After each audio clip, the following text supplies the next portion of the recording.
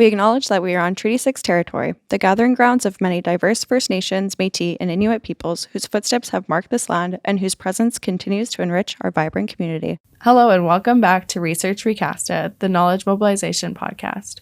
I'm your host, Brooklyn Listician, and today we are joined by Doug Johnson and Tim Williams. Doug Johnson has been involved in the public safety communications field for 46 years. He has been an instructor at MacEwan since 2000 when he developed and instructed in the Emergency Communications and Response Program. His passion is promoting the professionalism of the career and identifying best practices and educating students on the best practice. Tim Williams is an associate professor and chair of MacEwan University's Department of Public Safety and Justice Studies. Tim spent nearly 2 decades as a caseworker, halfway house manager, and parole officer before joining MacEwan. As co-investigator in the Alberta CARES Project 2024-2025, Tim aims to use the findings to update and enhance the curriculum of the emergency communication and response and to inform development of a Bachelor of Public Safety and Justice degree that is currently underway.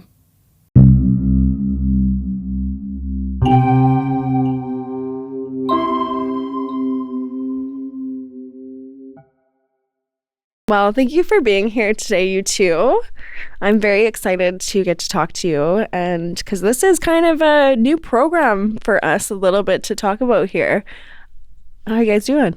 Very good. We're good. Good. Thanks for having us. It's kind of a new program for us, too. Yeah. So we're all pioneering together. Yeah. I'm going to get you guys to start off and talk a little bit about your background. Sure. Maybe I'll go first. Sure.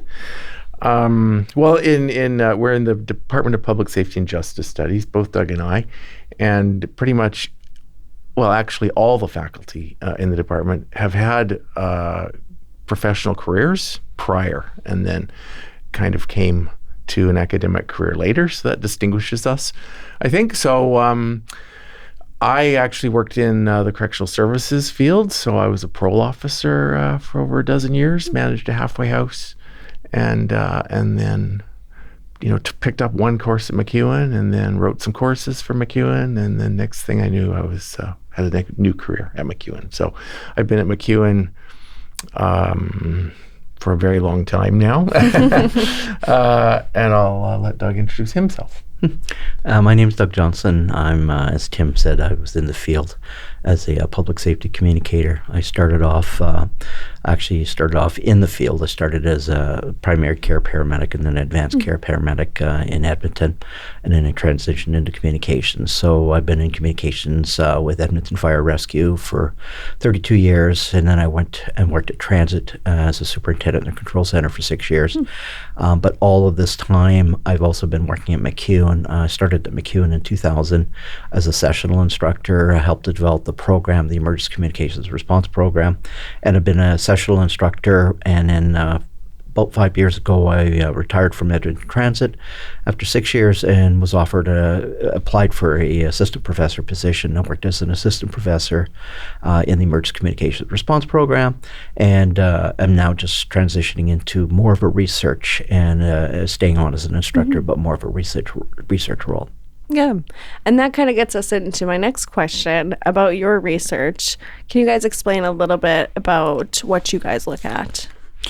So one of the things that we're looking at is, because we have a very good program on emergency communication response, we want to make sure that we prepare the individuals that come into MacEwan University to take that certificate program, that go into the field. We want to do everything we can to make sure they're fully prepared for the stressors and and a wellness attitude they're going to have. So a big part of the research that we're doing is to identify all the current stressors that are in Alberta. We are looking at making this a national project, but for now we're working on just in Alberta. And kind of taking it beyond just the stressors, we're also wanting to, once we have that data, trace it back to what are some of the causal factors that really generate those stressors for emergency communicators, and what are some of the protective factors? What are some of the things that correlate with health, and some of the factors that correlate with negative symptomology? So really trying to take a snapshot of where they're at in terms of wellness, and then start to do some correlations with what's really the root of the stress and the well-being. And then the third big goal for the research project is to look at training. So what kind of training do communicators get on the job? Is it sufficient? Do they get much at all? Is it mostly kind of informal? What's sort of possible around professional development and training and education? And then we have a certificate where we're producing graduates that enter this field, and we really want to get some good granular data about, how close are we to the mark? Is our certificate program really delivering what the field needs? Kind of what's possible? Where could we go with this? And we're also kind of in the process of putting forward a Bachelor of Public Safety and Justice that this certificate will ladder into. And so we really want to use this information to make the degree the best kind of possible educational resource for the field. So that's the third piece. And for people who don't really know, what is considered an emergency communicator? Well, when this field first started, and like I say, when I started 40 years ago, it was traditionally you would consider your mission critical, like it'd be police, fire, and EMS. And at that time, a lot of times people that worked in the field also worked in communications. Well, it's become such a specialized area. When I started, it was pen and paper, very basic phone and radio systems. Well, it's really advanced to highly sophisticated computer systems, very high level radio systems, advanced telephone systems, and soft phones. So what we found is it's become very specialized. The other thing that we found is that it's no longer just the purview of police, fire, EMS. We have protective services. We have a lot of the major malls, and even at MacEwan, we have our own security team. So we're finding that a lot of people are realizing the value of having qualified professional staff in their communication center to interact with the public and with the responders. So again, the field has really evolved over the year, and even in the last few years, we've seen things, our COVID experiences, our civil unrest experiences, NG 911 exposure that we're starting to look at. So the field has really evolved, and the way we taught the program 20 years ago worked very well up to this point. But as Tim has alluded to, we need to make sure that the program is current to what's happening in the environment. So again, big part of the project is to get the data to help us to adjust the program to meet the current needs. And how long has this program been offered at MacEwan? We started teaching the program in 2000. 2000. So 24 years now. Wow, that's really cool. And to see how much it's evolved also probably is really interesting for you guys. You mentioned a little bit before about Next Generation 911. What is that? So NG 911 is mandated by the CRTC, the Canadian Radio Telecommunications Commission. And essentially what it is a multi-stage thing. It's a very big project because it affects the infrastructure. So first they work with the phone providers. The phone systems have to be able to accommodate the new technology. And then working with the CAD vendors to make sure the CAD systems can accommodate it. And then the last thing is the infrastructure that all the public safety answering points have to have, as well as other agencies that receive 911 calls. So it's a very big project. The CRTC had a mandate that by March of 2025, all PSAPs, public safety answering points, have to come off the analog environment if they're on it and go to a digitalized environment. They've just received a number of requests from organizations asking for an extension of that, so they are looking at reviewing that. Essentially, the first stage of it will be everybody on a digital platform, and the reason for that is it will be required to do the higher level things that it's looking at. So a lot of misconceptions because people are hearing what NG 911 is, and there's a lot of discussion about what it may or may not be able to do. The very first thing you'll do is it's going to be a very good tool for location based. Right now, when you call 911 on a cell phone, we get an address based on your cell phone tower hit, where your closest cell phone tower is. May or may not give us very good data. You could be half a mile away from that cell phone tower at a Howard Park, and it's a crowded area. So the new technology will actually give us a lat long coordinate that will actually pinpoint where you are. Its other feature is that it'll actually pinpoint the closest PSAP. Right now, through selective routing, it'll find the closest tower that's available to accommodate you. And if 2 towers are full, then it'll be 3 towers away. And that could really change your PSAP that you get directed to. So this one will actually ensure that you get directed to the right PSAP 911 service, and then basically downstream to the appropriate fire, police, or EMS service. So that's the biggest thing, is that it's going to improve location verification, and then there's other features that'll be text to 911 will be the next thing. At the end of it all, when it's finally developed, PSAPs will be able to accept, depending on how they want to configure, and it'll be up to them to decide if they want to accept these or not. But the technology will be there that once it's all up and running, and that we're talking a few years from now, we'll actually be able to accept video streams and photos if they so choose, which may help them assess situations and manage the situation. So it's a longer process in place, but again, this is a very different perspective for dispatchers, because you started the job thinking you were going to take calls over the phone, and now you may be called upon to review photos and videos. So again, we want to make sure that our graduates from the Emergency Communications Response Program are aware of that and prepared for it. That was a very long technical answer. I can probably give a really simple one. Sure. NG911, next generation 911.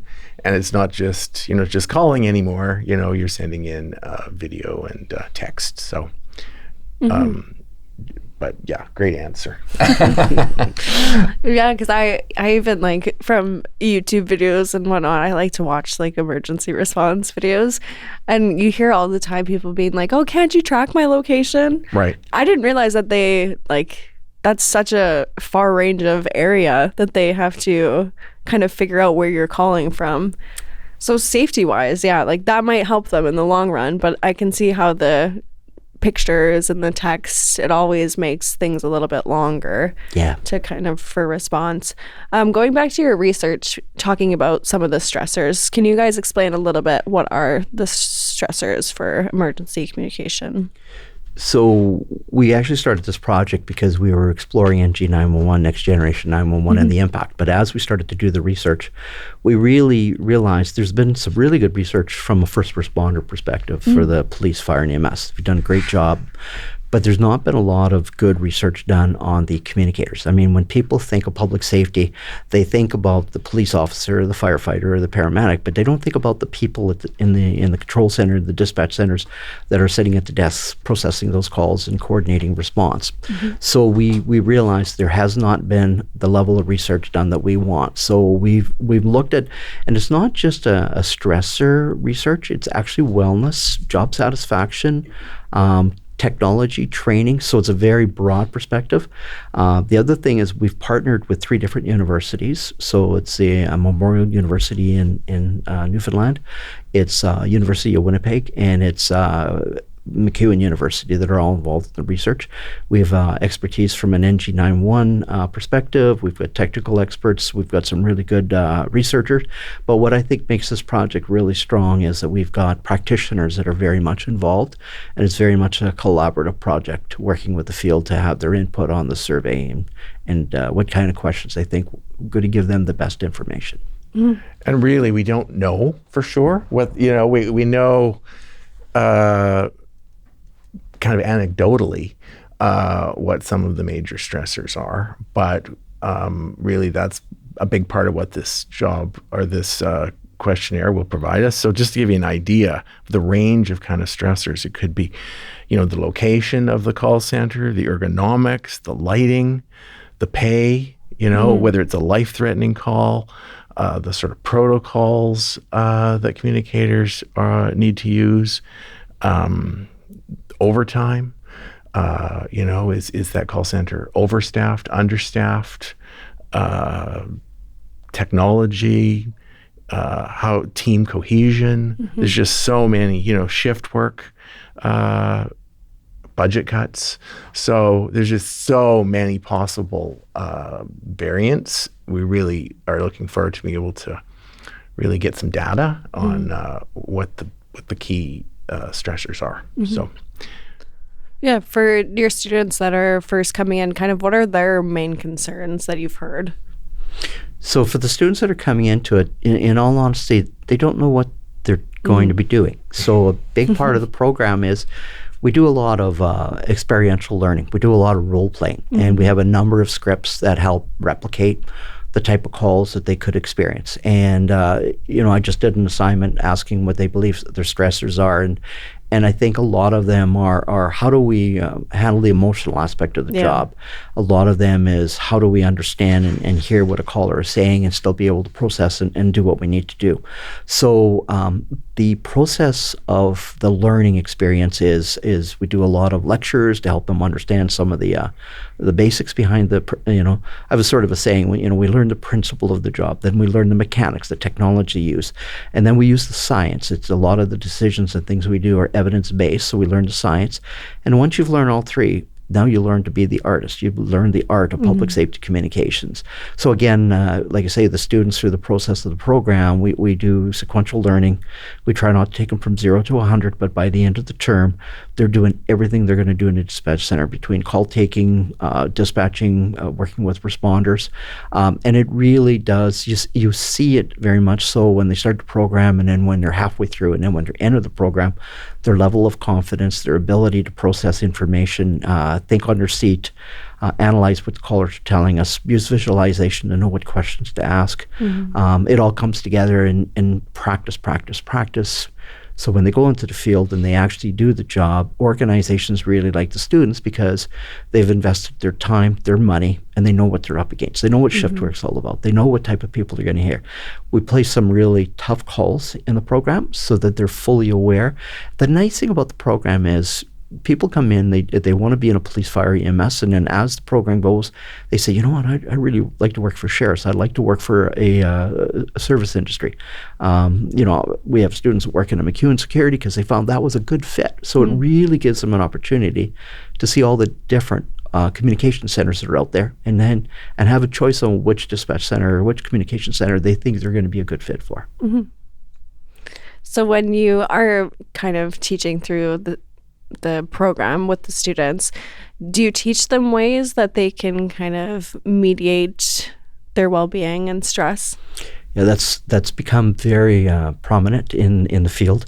So we talk about that. We talk about triggers. We talk about stressors. And every organization has a very good critical incident stress management team to recognize and support their staff if they experience post-traumatic stress disorder. And the reason for that is if I've invested 6 months getting you to the point where you could do the job, I need to continue to invest so that if you do have that trigger call, that difficult call, that we can give you the support that you need to make sure that you can process that, get over it, and be able to use that as a skill and be able to, still sit in the chair and do the job. So they're very much aware and recognize what they need to do to get their staff the support. So we talk about that in the program a lot. But they're also moving into an occupation. Historically, there's been this occupational subculture of kind of stoicism and hesitancy to admit weakness. And so that's changing, but we would like to see it change even more. And so we think we can really be part of that, where it's okay to speak up and take good care of yourself and achieve that 20 or 30 year career because you've really laid a good solid foundation of self-care. And so that, we've really got a long way to go, I think, both within the university and within the field. So we're working hard to really make that part of the program. Just this coming winter, for the very first time, we're rolling out a new course called Mental Health and Resiliency. And so we haven't really taught it until this year. So it'll be a work in progress to really see what the needs are of these students and of the field, but I've got high hopes for that course. Once we have all of the information we're going to get from the survey, we think we can make that course even better. And we're also adding a personal fitness lab to the course, not this year, but next year. So that was a bit of a shock to these ECRP students that signed up for a program where they're going to be working in a chair. And we're saying, but really, the evidence is pretty clear that if you're going to take care of your mental health, you need to take care of your physical health. And so they won't be going to a chemistry lab like chemistry students. They'll be going to sport and wellness and working with a personal trainer to really lay out a personal care package, and they'll take that into the field. And a lot of these call centers, they do have gyms, and it's encouraged, but it's also underutilized. So we think we can maybe graduate students who are agents of change around personal care and wellness. Yeah, especially too, it keeps you on your toes a little bit, going for a walk or a run or working out. Yeah. For emergency communication, do you guys teach? You kind of mentioned before, this is my own personal curious question, but for in a city like Edmonton compared to a smaller center, is there different ways that these, I guess, communicators communicate? Yeah, from a rural perspective, the addressing can be quite different. I mean, you're dealing with rural addresses, lat longs, legal land descriptions. So we actually have instructors that adjunct instructors that are actually from a rural perspective. Cool. So my background is urban, but we have people that come in and they do map training on a rural perspective. They do addressing from a rural perspective. The computer system we use actually does support rural addressing as well. So when we do some of our scenarios, we put in rural addressing directions that you require to get. So we do want to make sure when people come out of the program, they may work for RCMP, which is a provincial dispatch center that take addresses for all over the province, Alberta Health Services, but they may also work for an urban or a smaller community. And so we make sure they're prepared to manage the addressing and the location. The first term, those are the two things we really focus on. We spend a lot of our effort, the location and the safety aspect of things, because those are the two things that are really critical for dispatch centers. And in the second term, we take everything we learned in the first term and we enhance it and we intensify it. And then kind of the same way with communication styles, do you teach kind of different ways to communicate with different types of people we may have in the city or province? Yeah, we talk a lot about managing a child caller versus an elderly caller that may have a different processing speed, to a hysterical caller, to an intoxicated cognitive challenged caller. So we really do talk about all the different types of callers and say our role is to accommodate their style and match that so that we can get the best information. We talk about a lot of things about reassuring statements and filler statements and ways to manage, and a lot of this is, it's not so well documented in a textbook. It might touch on it, but when we have instructors that sit, and every instructor in the program is actually actively engaged in the field or has been for years, and we bring that experience to the room and say, this is how it plays out, and this is what you need to think about. Can you give an example? I have an example. So early, many years ago, I actually dropped in my mother-in-law's house. I was going to give her a ride somewhere, and she lived way out in the country alone, and she was face down in her bedroom in a diabetic coma, and I thought she was a goner, and she had a wall phone, and I phoned 911, and they're asking me the particulars and how to find her. And I was in full panic mode. And really it was that communicator that kind of slowed me down, managed to get, probably not a very technical address description, but something close enough that they could find us. And then really in fairly short time, even though it was a rural setting, we had an emergency response, and she was just in a coma. It was okay. And but really, experiencing that, where a communicator kind of takes you from a panic situation to a situation where you can really help someone in need, it's really something you remember, and it's really quite a skill. And is that something you do through just like kind of watching language that you say, or like framing, wording? How does that kind of work? So there's a lot of skills, avoiding antagonistic statements, using reassuring statements, reading the caller's emotional content score, and then changing that to calm them down, to get them to work with you. Yeah, it's very interesting. I think we're about running out of time here. Was there anything that we missed that you were wanting to talk about? I think this is a really good opportunity when you think about needing help in a emergency situation, whether it be in a mall or a MacEwan or even on the street. A lot of people, all they visualize is the responder. They don't realize the criticality of the person that's processing that information and arranging for a responder. It really are sort of the unsung hero of emergency services type of thing. So I think the program really does do a really good job of preparing people for that role that, again, a lot of people don't even recognize as it exists. But I think the work's getting harder all the time, and it's changing. So that's why we're so excited about this research project. The other piece I wanted to make sure we got on the podcast, I want us to pay our debts. We Doug and I say we're part of this dream team, this research team, because we haven't had a background as researchers, and we really wanted to make sure that this was top caliber research. So. We were both public safety professionals, and then really we've focused on teaching while we've been at MacEwan. So this is new to us, but we didn't want an amateurish project. It's a well-funded project by the province of Alberta. So we're partnering with Marcella Cassiano, and she's from the University of Winnipeg, and she's done a lot of similar kind of occupational wellness work in correctional institutions. But not in public safety. So she's really switched on and knowledgeable of the literature and the gaps in the literature. And so she's kind of our primary partner. And then we have co-applicants as well. We have Rosemary Riccardelli at Memorial University, and she's one of Canada's leading experts on public safety and criminal justice research. Very excited to have her as a research partner. And then we have Stephen Zonick, and he's also at Memorial University, and he's a true expert in public safety personnel and occupational stressors. And then we have a couple of research assistants that we've hired.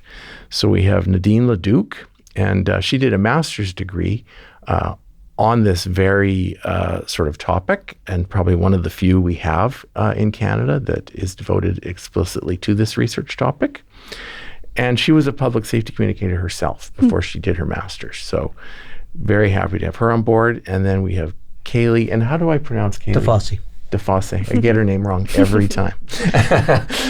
And so Kaylee is here at MacEwan working with us, and she's helping us really lay the groundwork to push out the survey. And the survey is going to go out probably within a few weeks here. Yeah. She's a student? And she is actually a public safety communicator and a lab instructor in the program. So really well qualified to help us get our ducks in a row before we send out this survey. Yeah, nice to have so much support. Yeah. Okay, my final question, and this is a surprise question, is do you have any advice for any listeners, students, faculty, or anyone at all? It could be any advice, doesn't have to do with your work, anything at all.